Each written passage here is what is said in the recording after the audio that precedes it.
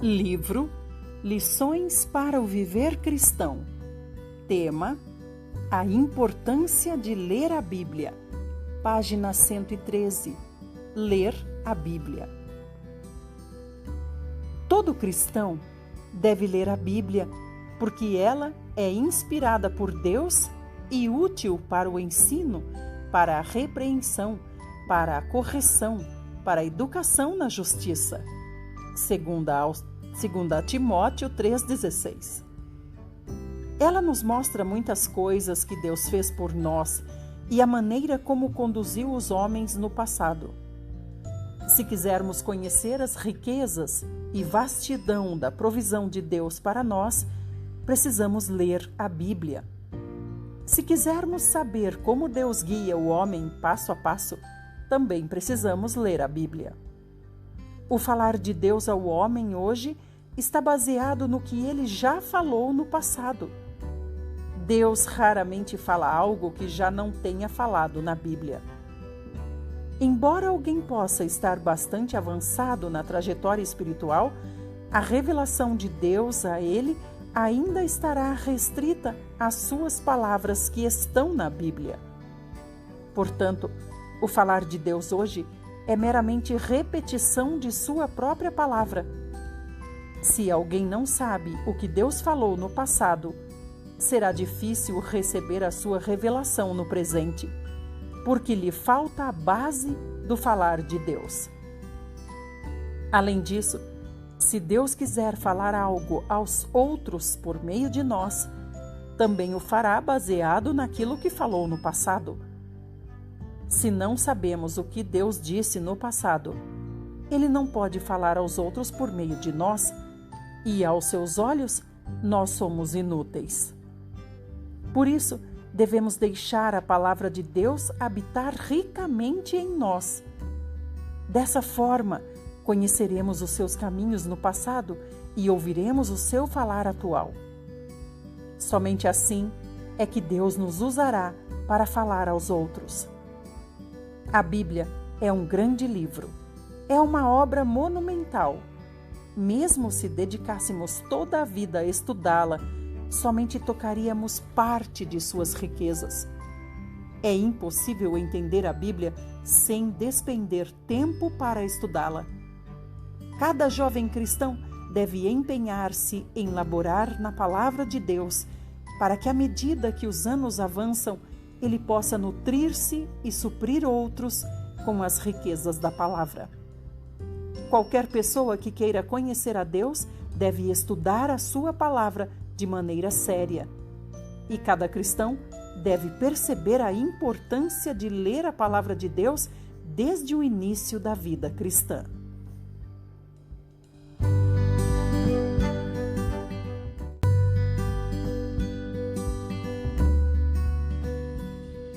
Livro Lições para o Viver Cristão. Tema: Princípios básicos ao ler a Bíblia. Página 114. Ler a Bíblia. Há 4 princípios básicos ao se ler a Bíblia. O primeiro, descobrir os fatos. O segundo, decorar e recitar as palavras. O terceiro, analisar, classificar e fazer comparações. E o quarto, receber a iluminação de Deus. Ao ler a Bíblia, devemos seguir a sequência desses 4 passos. Não podemos pular do terceiro para o primeiro ou do primeiro para o terceiro. Primeiro, descubra os fatos na Bíblia. Segundo, memorize esses fatos. Precisamos conhecer e memorizar a palavra de Deus de maneira precisa. Não podemos deixar fora nem ignorar nenhuma passagem. Se o fizermos, a leitura terá pouco proveito. Terceiro, analise, classifique e faça comparações com os fatos. Até ter analisado os fatos precisamente, tê-los classificado de maneira adequada e os comparado com clareza diante de Deus, teremos base para o quarto ponto: receber a iluminação de Deus. A Bíblia contém muitos fatos de natureza espiritual. Quando os olhos interiores da pessoa são cegos, ela não pode ver esses fatos. Mas uma vez que os descubra, ela de imediato ganhará metade da luz contida na palavra. O iluminar de Deus é simplesmente o seu resplandecer sobre os fatos registrados na palavra. Descobri-los é metade do trabalho ao ler a Bíblia. Quando a lemos, a primeira coisa a fazer é descobrir esses fatos. Por exemplo, a gravidade é um fato.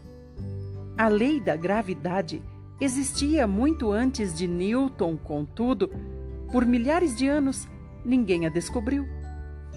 Um dia, uma maçã caiu sobre Newton enquanto ele dormia debaixo de uma árvore.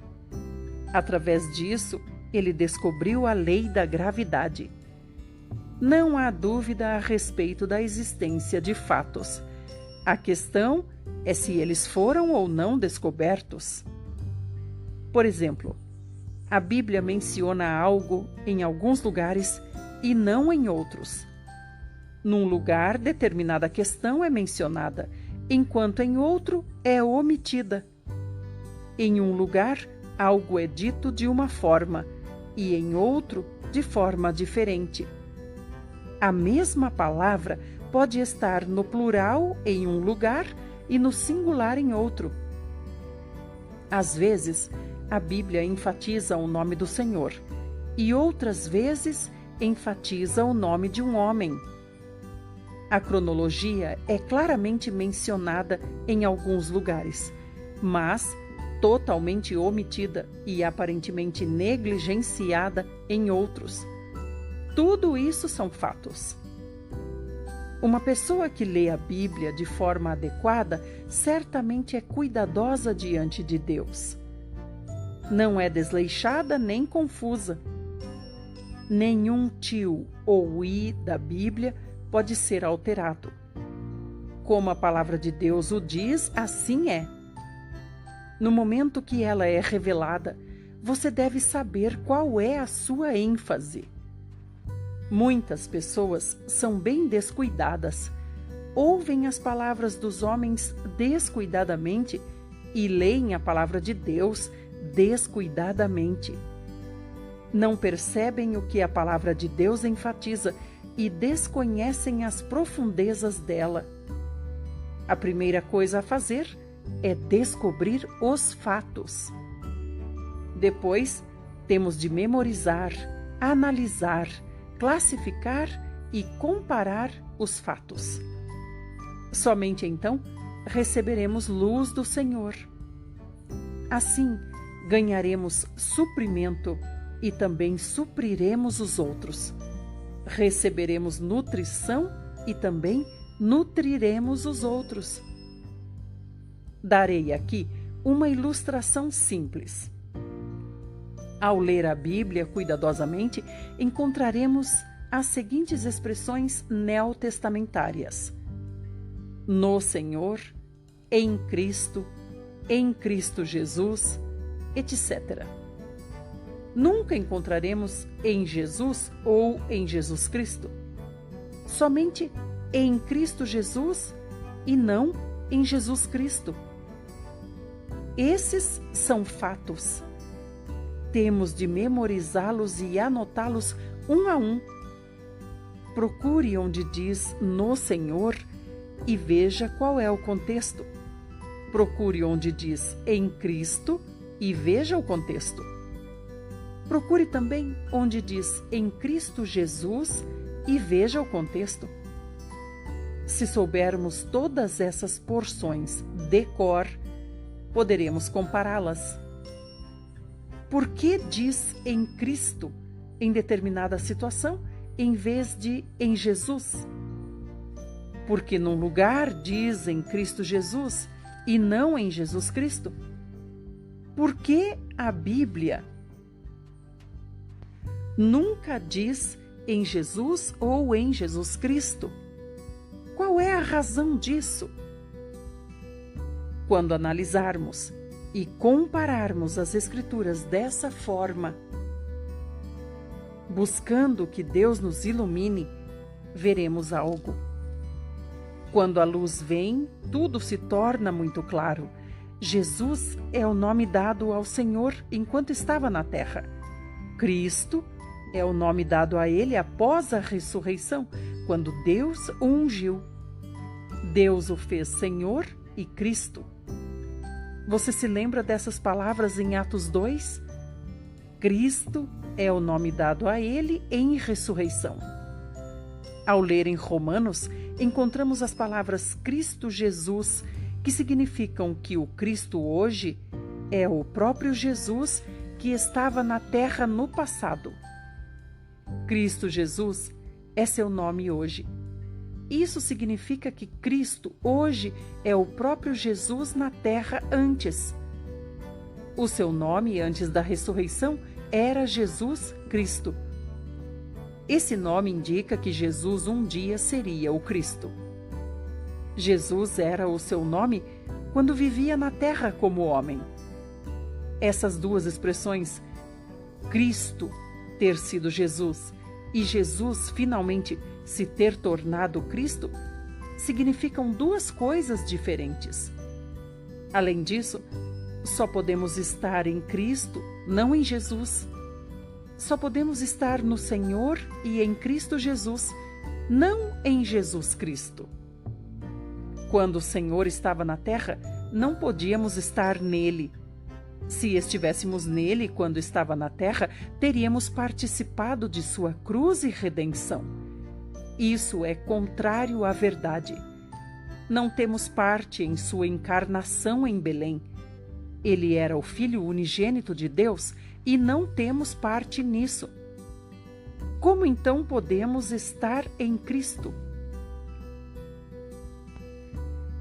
1 Coríntios 1,30 diz: Mas vós sois dele em Cristo Jesus. Não diz em Jesus. Depois que o Senhor Jesus morreu e ressuscitou, nós fomos unidos a ele em sua ressurreição. Pela morte e ressurreição, Deus o fez o Cristo e nos uniu a ele pelo Espírito. Recebemos a sua vida na ressurreição. A regeneração não provém da encarnação, mas da ressurreição. Creio que agora temos clareza disso.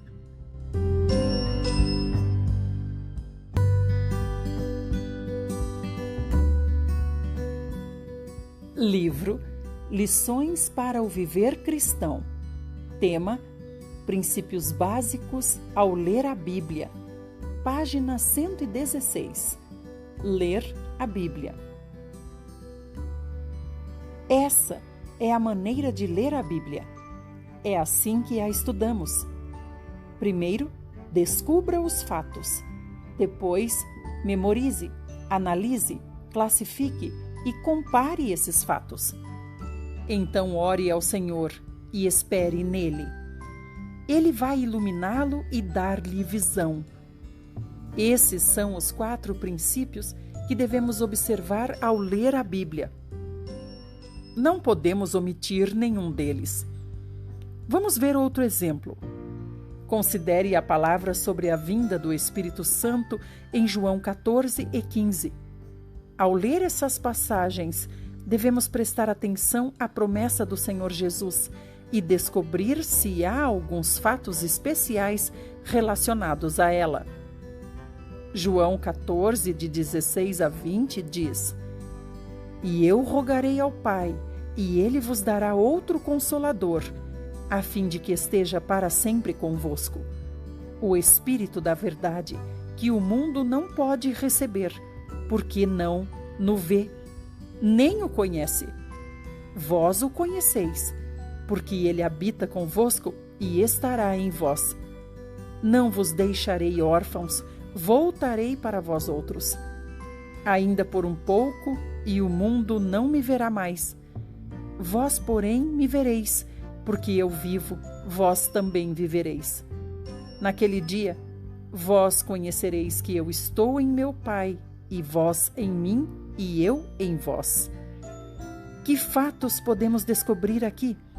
Essas sentenças primeiro usam ele ou o, mas depois mudam para eu e me. Há uma mudança de pronome. Aqui há um fato. As palavras ele e o foram mudadas para eu e me. De acordo com esses 4 princípios, como vamos abordar essa passagem? Primeiro, temos que descobrir os fatos. Nesse caso, a mudança de pronome de ele para eu é um fato. Segundo, precisamos nos lembrar disso. Terceiro, precisamos analisá-lo. Aqui há 2 consoladores. O Senhor diz: e eu rogarei ao Pai, e ele, o Pai, vos dará outro consolador. A palavra outro significa que esse consolador é o segundo. E ele, o Pai, vos dará outro consolador. Isso significa que o Pai dará um segundo consolador. Se há um segundo, deve haver também um primeiro. A primeira coisa que podemos afirmar é que o Senhor está falando de 2 consoladores. Ele disse que os discípulos já tinham um consolador, mas iria dar-lhes outro. De que tipo é o segundo consolador? A fim de que esteja para sempre convosco? Quem é o que estará? O Senhor Jesus disse: o mundo não o conhece, vós o conheceis. Por quê? Porque ele habita convosco. Estava com eles todo o tempo. O mundo não pôde recebê-lo e nem o viu. E os discípulos? Eles o viram e conheciam. Conheciam porque ele permanecia com eles todo o tempo. O Senhor disse: porque ele habita convosco e estará em vós. A partir daí, o pronome ele não é mais usado. Na sentença seguinte, o Senhor disse: não vos deixarei órfãos, voltarei para vós outros. Ao estudar isso, descobrimos que ele é eu e eu é ele. Em outras palavras, enquanto estava na terra, o Senhor Jesus era o Consolador. Quando o Senhor estava na terra, o Espírito Santo estava nele. Ele e o Espírito eram um. É por isso que disse que os discípulos o viam e conheciam e que ele estava com eles. Então, o que aconteceu? O Senhor lhes disse que outro Consolador viria.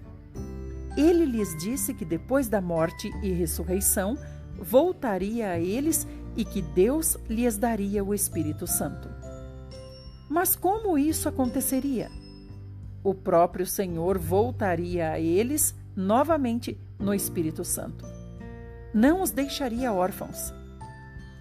Após um pouco, não o veriam mais, mas depois o veriam novamente, e ele permaneceria neles. O versículo 17 diz: ele em vós. E o versículo 20 diz: eu em vós. Portanto, o eu é o ele. Uma vez que virmos a mudança de pronomes, veremos também a diferença entre os 2 consoladores. A primeira parte se refere ao Espírito Santo em Cristo. A segunda, a Cristo no Espírito Santo. Ele se refere ao Espírito Santo em Cristo.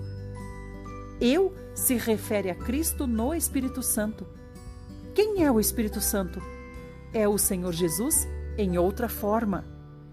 O Filho é o Pai em outra forma. Da mesma maneira, o Espírito Santo é o Filho em outra forma. Só há mudança na forma. Por esse exemplo, vemos que o primeiro princípio básico ao ler a Bíblia é descobrir os fatos. Se não conseguimos descobrir nenhum fato, não podemos esperar receber nenhuma luz de Deus. Não é questão de quantas vezes já lemos a Bíblia, mas sim dos fatos que descobrimos nas muitas vezes que a lemos. Paulo era uma pessoa que sabia achar os fatos. Considere o que disse em Gálatas 3. Ele viu em Gênesis que Deus iria abençoar as nações por meio do descendente de Abraão.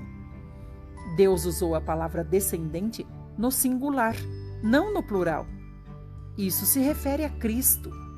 Primeiro, Paulo descobriu esse fato. Viu que as nações seriam abençoadas por meio do descendente de Abraão e que esse descendente era único. A partir disso, percebeu que esse descendente se referia a Cristo. Se estivesse no plural, estaria falando dos muitos filhos de Abraão, isto é, os judeus, e o significado seria totalmente diferente. Paulo leu as Escrituras diligentemente e descobriu os fatos. Na Bíblia, há muitos fatos. Podemos ver de alguém que é rico na palavra de Deus ou que não é, em função de quantos fatos ela descobriu.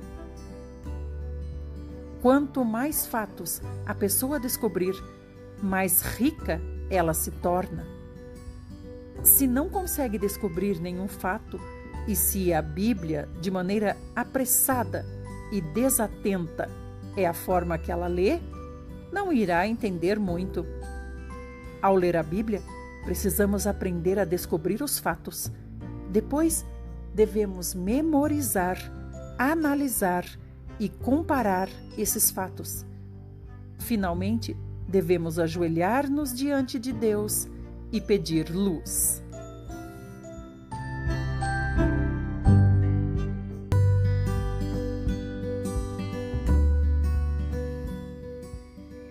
Livro Lições para o Viver Cristão. Tema: Diversas maneiras de ler a Bíblia. Página 118. Ler a Bíblia. Devemos ler a Bíblia em 2 períodos diferentes. Deveríamos ter 2 cópias da Bíblia para essas 2 ocasiões. Um período pode ser pela manhã e o outro à tarde. Ou podemos fazer os 2 de manhã, lendo de uma forma na primeira parte e de outra na segunda. Esses 2 períodos devem ser separados.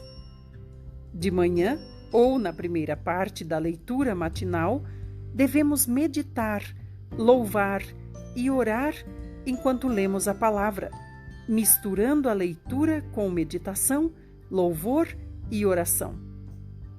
Esse período de leitura é para receber alimento espiritual e fortalecer o nosso espírito. Não leia demais nesse período. 3 ou 4 versículos são suficientes. O período da tarde, ou a segunda parte da leitura vespertina, deve ser mais longo. Aí, devemos ler visando aprender mais sobre a palavra de Deus. Se possível, devemos ter 2 Bíblias. A Bíblia usada no primeiro período não deve ter nenhuma marca ou anotação, exceto datas que mencionaremos mais adiante. A Bíblia usada no segundo período pode conter anotações de tudo o que nos impressionou, círculos ou palavras ou trechos sublinhados. A Bíblia usada no primeiro período pode conter datas. A data na qual nos deparamos com um versículo especial, fizemos um pacto com o Senhor ou tivemos uma experiência especial. Devemos escrever a data na Bíblia, próximo a tal versículo, indicando que nos encontramos com Deus por meio dele nessa data. Não escreva nada além de datas. A Bíblia usada no segundo período é para entendimento e devemos anotar todos os fatos espirituais que descobrimos e a luz que recebemos. Agora, vamos ver a maneira de ler a Bíblia nesses 2 períodos. Essa leitura será feita nos próximos dias. Aguarde!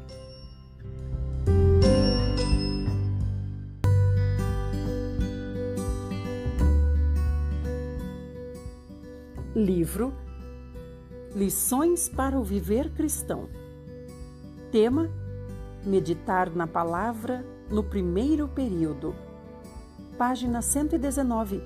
Ler a Bíblia. Quanto a meditar na palavra, creio que o melhor a fazer é citar George Miller. Ele disse: recentemente agradou ao Senhor ensinar-me uma verdade. O ponto é este: vi mais claramente do que nunca que a primeira coisa e a mais básica, a qual devo dedicar-me cada dia, é estar com a alma alegre no Senhor. A primeira coisa que deve preocupar-me não é quanto posso servir ao Senhor ou como glorificá-lo, mas como fazer minha alma estar numa situação de felicidade e como meu homem interior pode ser nutrido. Pois posso procurar expor a verdade diante dos incrédulos, ajudar os crentes, buscar aliviar os aflitos, buscar de outras maneiras agir de forma condizente como filho de Deus no mundo. Contudo, não estando feliz no Senhor, tampouco nutrido e fortalecido no homem interior, dia a dia, todas essas coisas podem não ser realizadas num espírito correto. Antes, por pelo menos 10 anos, a minha prática tinha sido, como de costume, entregar-me à oração pela manhã após vestir-me.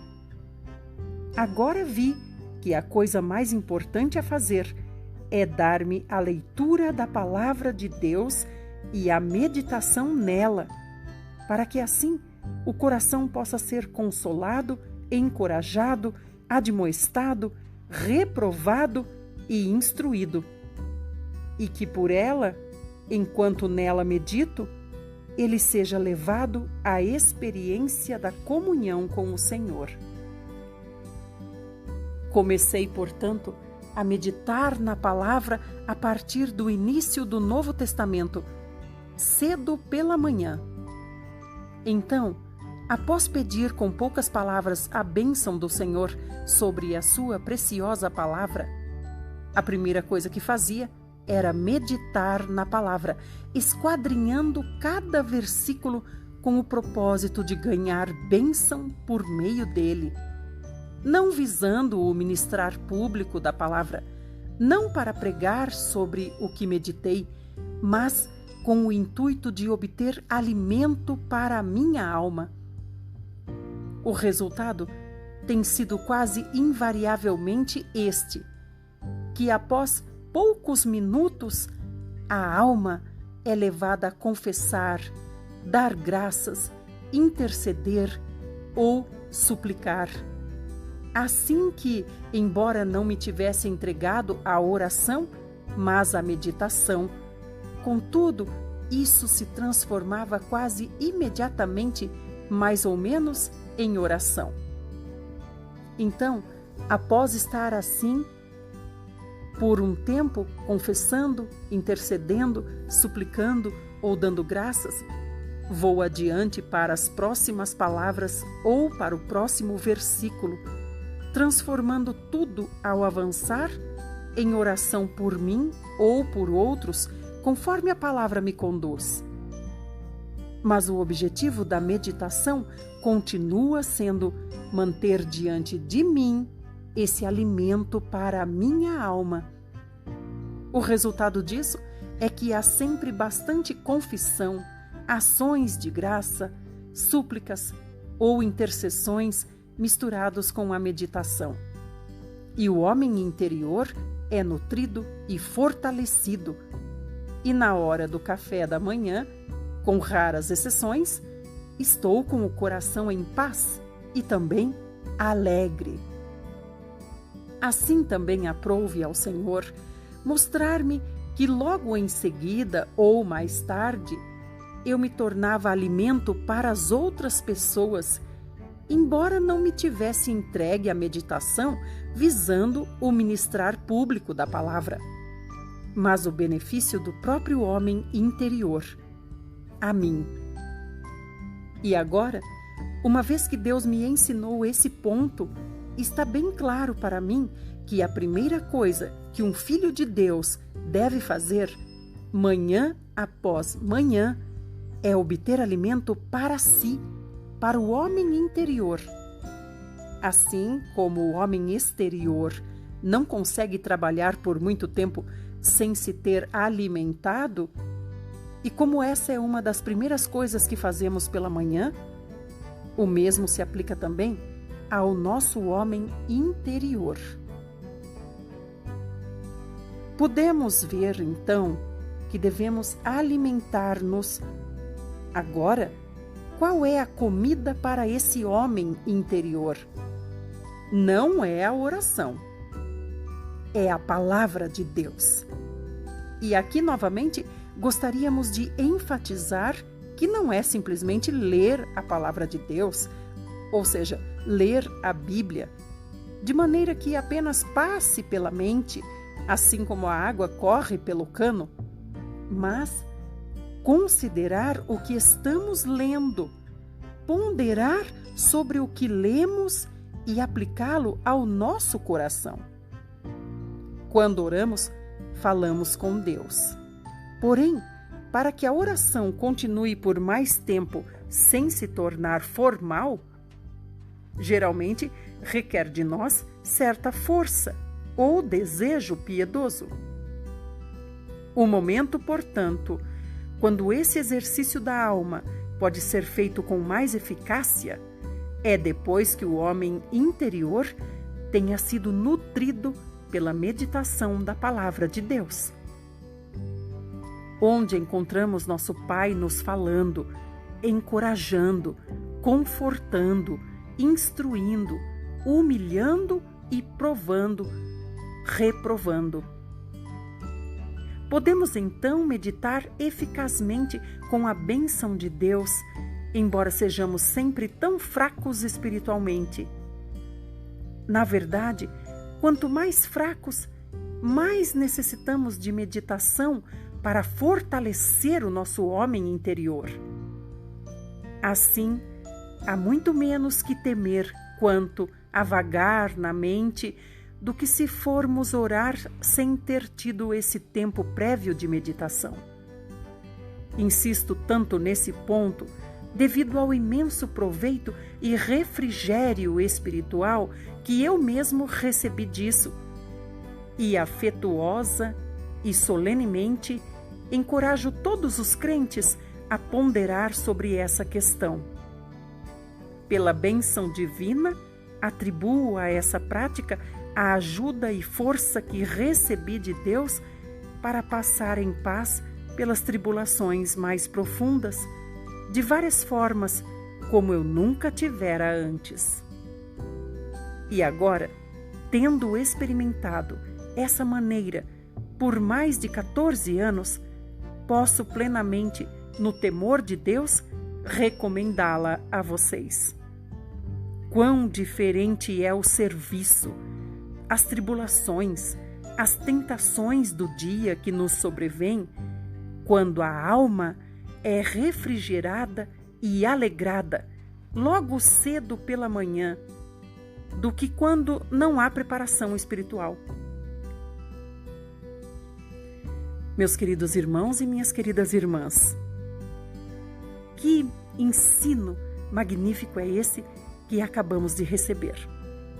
O nosso homem interior é o nosso homem espiritual, a nossa vida espiritual. E o nosso homem exterior, citado aqui, é o nosso homem terreno, que está em contato com essa esfera em que vivemos. Levantar de manhã, antes de qualquer coisa, meditar na palavra, como ele ensinou, lendo com atenção cada coisa que é dita, alimenta e nutre o nosso homem interior.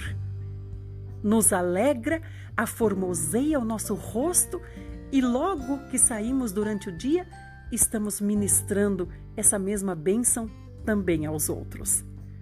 Se você puder, ouça novamente esse áudio e preste mais atenção no quanto importante isso será na sua vida se você praticar. Obrigada por ouvir os áudios que têm sido colocados até você.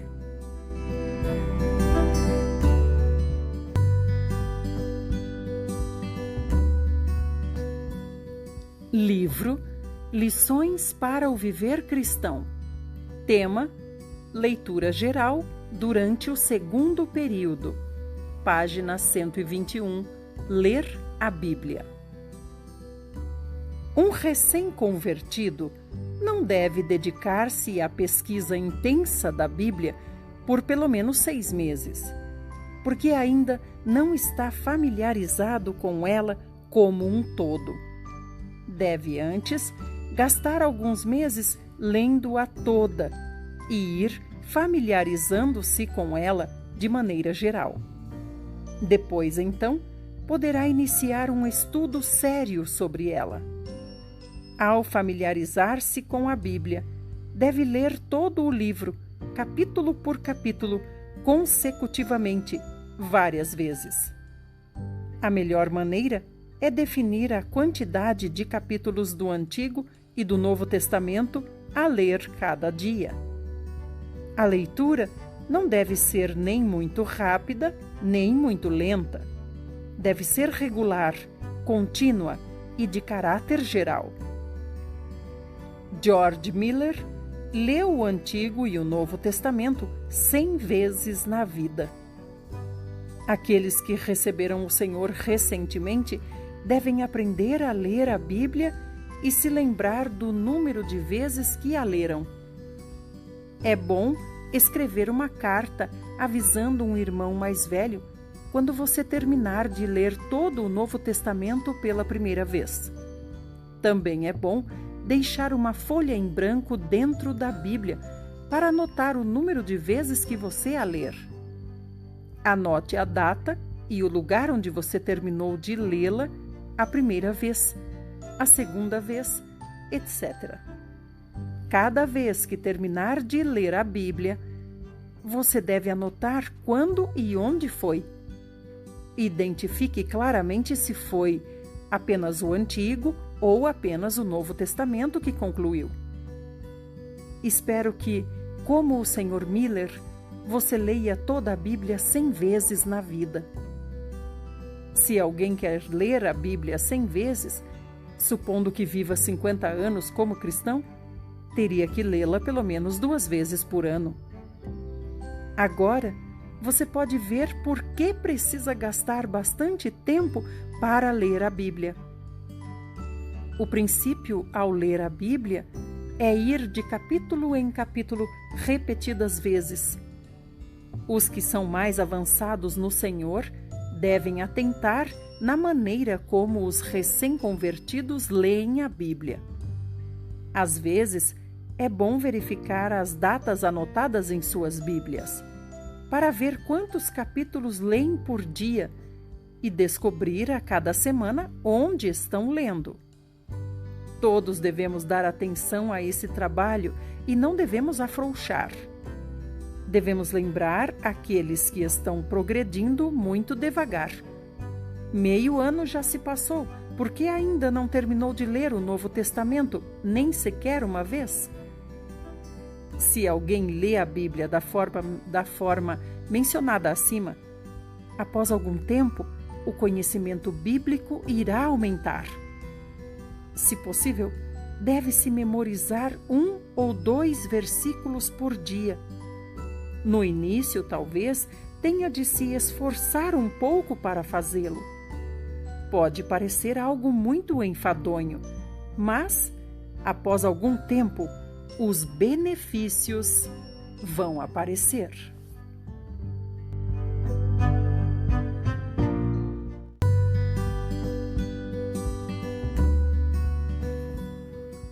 Livro Lições para o Viver Cristão. Tema: primeiro período de estudo da Bíblia, 20 minutos. Estudo por assunto. Página 123.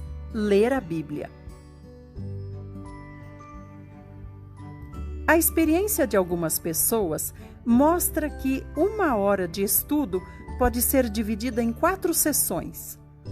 A primeira, de 20 minutos, é para estudar assuntos específicos como profecias, tipos, parábolas, dispensações, ensinamentos do Senhor na terra ou um livro específico. Pode-se ler as passagens relacionadas e achar os versículos que tratam do assunto escolhido. No caso de se estudar um livro de cada vez, deve-se escolher o livro que se quer estudar. Você pode escolher Romanos ou o Evangelho de João. Após terminar um livro, prossiga para o próximo. Estude todo o livro e descubra qual o conteúdo de cada um. Se decidir dedicar 20 minutos por dia para esse tipo de estudo, não prolongue nem encurte esse tempo. Devemos aprender a nos restringir e nunca ser alguém descuidado ou frouxo.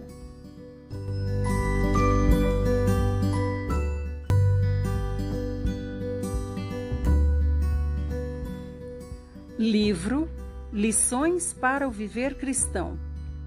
Tema: segundo período de estudo da Bíblia. 20 minutos. Estudo de palavras. Página 124. Ler a Bíblia. Os 20 minutos seguintes podem ser usados para o estudo de palavras. Os 20 minutos primeiros são para estudo por assunto. Há muitos termos especiais como reconciliação, sangue, fé, alegria, paz, esperança, amor, obediência, justiça, redenção, misericórdia, etc., espalhados pela Bíblia, e todos muito significativos. Se forem agrupados e compilados, poderemos ganhar melhor entendimento do significado. Por exemplo, podemos estudar a palavra sangue. Primeiro devemos anotar todos os capítulos e versículos que o mencionam. Primeiro devemos anotar. Então, devemos analisar o significado de cada ocorrência que o sangue realizou para nós diante de Deus. A que tipo de pessoas o sangue se aplica? Que e quanto o sangue realizou por nós? No Antigo e no Novo Testamento, podemos achar muitos versículos que falam sobre isso. Podemos analisá-los todos. Não se pode conseguir isso em uma única vez. Não podemos esperar ver muito resultado no primeiro dia. Você pode poupar bastante trabalho se tiver acesso a uma concordância. A concordância é um livro auxiliar que mostra onde estão os versículos relacionados à palavra que você está buscando. Hoje em dia, você tem um acesso muito mais rápido e prático através da internet.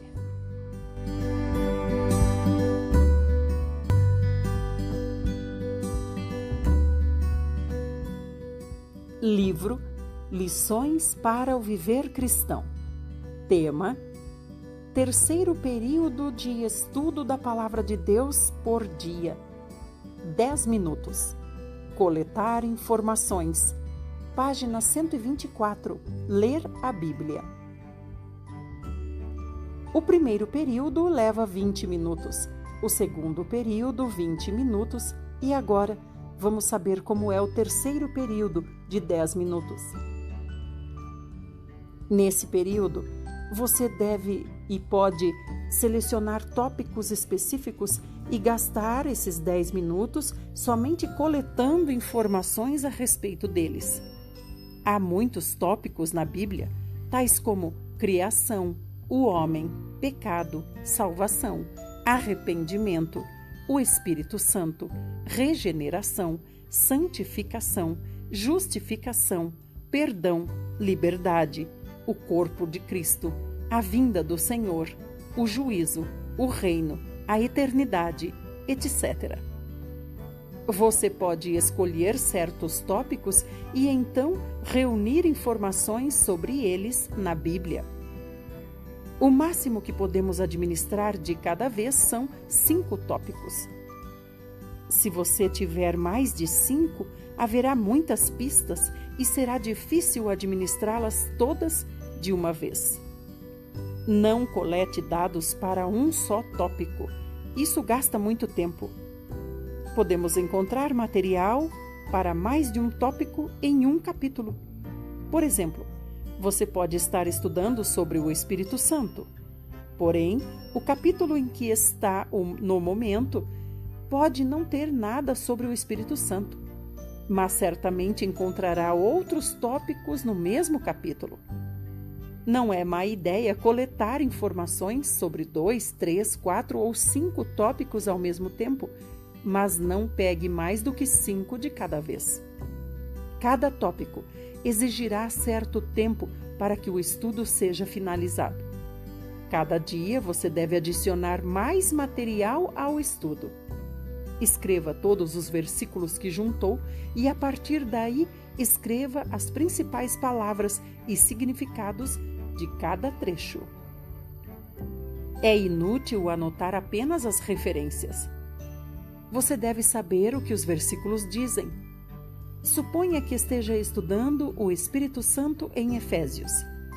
Ao escrever selados com o Santo Espírito, em 1 aos Efésios 13, você deve anotar também o significado da palavra selar. Primeiro anote o versículo, então os termos relacionados e, finalmente, o significado do versículo. Você deve coletar todas as informações dessa maneira. Um dia, quando precisar tratar desse tópico, esse material estará pronto para ser usado.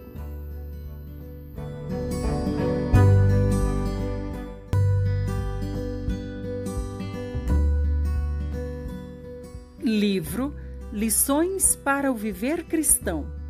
Tema: 4º período de estudo da Bíblia. 10 minutos.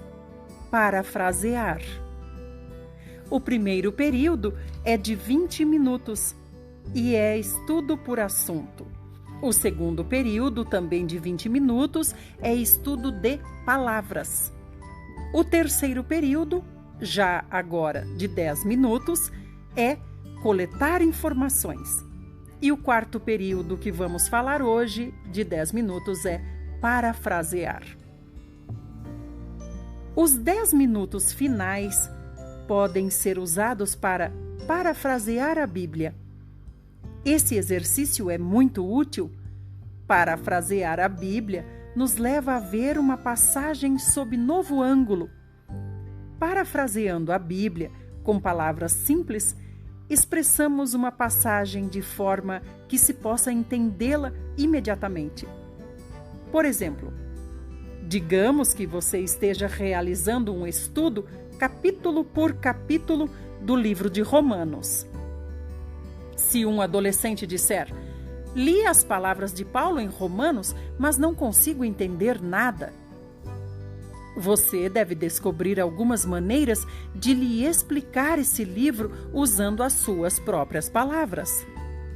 A paráfrase não é um comentário. Você meramente está usando suas próprias palavras para dizer o que Paulo disse, a fim de que aqueles que não as entendem possam vir a entendê-las. Para fazer isso, você precisa aprender a parafrasear a Bíblia com as próprias palavras. Pegue o livro de Romanos e procure fazer isso. Paulo escreveu as epístolas nas palavras dele. Agora, você deve tentar escrever a mesma coisa nas suas palavras. Esmere-se em fazê-lo. Faça-o adequada e inteligivelmente. Assim, você pode entender, e outros irmãos, ao ler, podem entender também. Ao parafrasear, veremos o quanto conhecemos as Escrituras. Usar as próprias palavras para reiterar o pensamento dos apóstolos é uma boa maneira de se preparar para explicar a palavra. Parafrasear é o primeiro passo. Explicar é o segundo passo. Primeiro, precisamos aprender a parafrasear o texto bíblico com as nossas palavras. O nosso aperfeiçoamento diante de Deus deve ser na ordem adequada. Não tente expor a Bíblia antes de aprender a parafraseá-la. Isso é muito precipitado. Aprenda a parafraseá-la primeiro e depois expô-la. Se não soubermos parafrasear, ou seja, contar com as nossas palavras, bem, a Bíblia, é-nos impossível explicar a Bíblia também de uma forma boa. Todos precisamos aprender essa lição básica. Parafrasear primeiro as epístolas de Paulo, depois o restante do Novo Testamento. Quando parafraseá-la, ou seja, quando contar com as suas próprias palavras, evite usar as palavras que já estão na Bíblia. Pelo contrário, use as suas próprias palavras. A principal lição a aprender aqui é expressar o significado da passagem com palavras do seu uso do dia a dia. Depois que experimentar com um livro, você vai ver quão preciosa é a experiência e como esse exercício é proveitoso. Uma pessoa descuidada e frouxa não consegue parafrasear a Bíblia, não consegue contar do seu jeito. Você deve orar muito diante do Senhor e ler a Bíblia adequadamente antes que consiga parafrasear corretamente, contar com suas palavras de forma correta. Após terminar um livro, volte e revise o trabalho uma ou duas vezes, modificando o livro com palavras adequadas e melhorando as frases no sentido de se fazer entendê-las. Isso lhe dará melhor impressão do livro e você descobrirá o que, afinal, os apóstolos estavam querendo dizer. Você só conseguirá ter impressão profunda de uma passagem após parafraseá-la. Para parafrasear a Bíblia, devemos primeiro estudá-la completamente. Precisamos entender o que a passagem diz e o que está implícito nessa passagem. Então, poderemos incorporar todo esse conhecimento na paráfrase. Isso requer um entendimento completo do versículo. Só podemos parafrasear a palavra de Deus quando temos uma compreensão clara do que a palavra de Deus está dizendo. Praticando um pouco cada dia e mediante leitura cuidadosa e redação meticulosa, finalmente você será capaz de parafrasear uma das epístolas de Paulo. Você entenderá as palavras de Paulo e será capaz de transmitir o mesmo significado usando outras palavras. Mencionamos 4 coisas. Como estudar. Primeiro, estudar por tópicos. Segundo, fazer um estudo de palavras. Terceiro, reunir informações. E quarto, parafrasear. Devemos usar todos os 28 métodos, um após o outro, uma programação definida de estudo da Bíblia. Isso é um exercício para nós. Devemos cingir nossos lombos, ser restritos e disciplinados diante do Senhor, e não ser frouxos. Se você decidiu estudar por 1 hora, então estude mesmo por 1 hora. Não reduza nem aumente o tempo que você determinou, a menos que esteja doente ou esteja de férias. Além dessas exceções, devemos sempre manter a programação. Se perseverarmos diariamente nesse exercício, brevemente colheremos os frutos.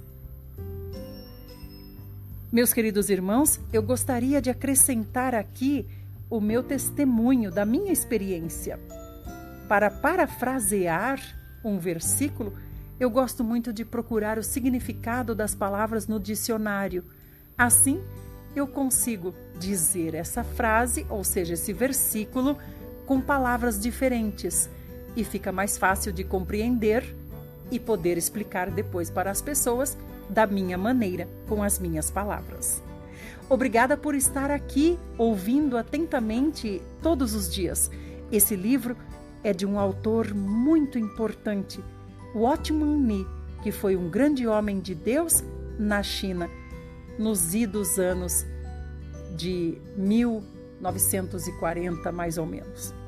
Fiquem com nosso amado Senhor Jesus e vamos estudar mais.